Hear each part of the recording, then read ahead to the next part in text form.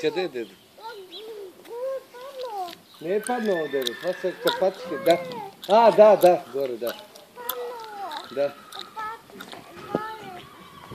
Да не спадне и да се такова. Те затваря не се пускаш. Тя иска да се скъпе, да се извъргаля. Стане само това. Имаш ли? Да. Вале, те затова не трябваше да ги пущаме. Малко, нека тя така си прави хигиена, така и е добре. Да, чисти коса, бе, нека се въргаля. Да, бе. Сигурно е добре, бе. Анчи! Я, горе, цялата кафтана. Чисти, утре ще изчисти. Това ще лъгне, това иска да лъгне. Не, тя от слабата, нали, че лъжи, нали. Видя ли да как се търкали?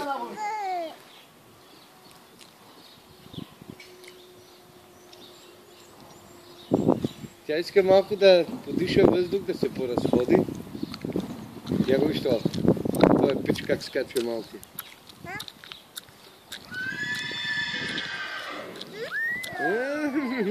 Я чуваш ли го, бе, мамо, какво? Я покажи на мамо какво. Как? Дани? Как викаш? Я? Да. Да. Я горе как се качва, да може да го запишеш. Той как така, какви. Я горе. Това е да се е така като филмче да се направи. Като клипче.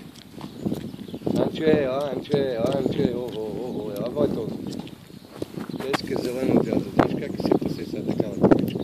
И знаеш какво хубаво мърце става за фонче. И тя затова иска да пасе трева зелена. Виж как пръсти. Това ще е много кално да изкара.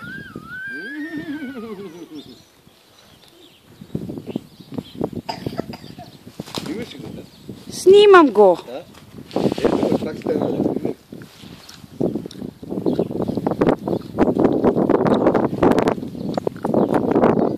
Ма много мокро, да не се нещо нарани.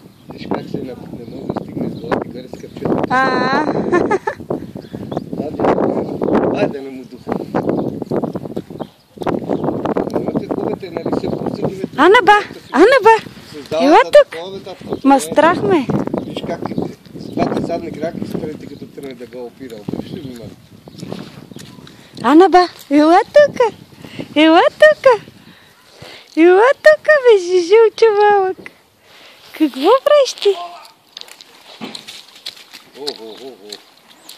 Спокойно, Анче. А?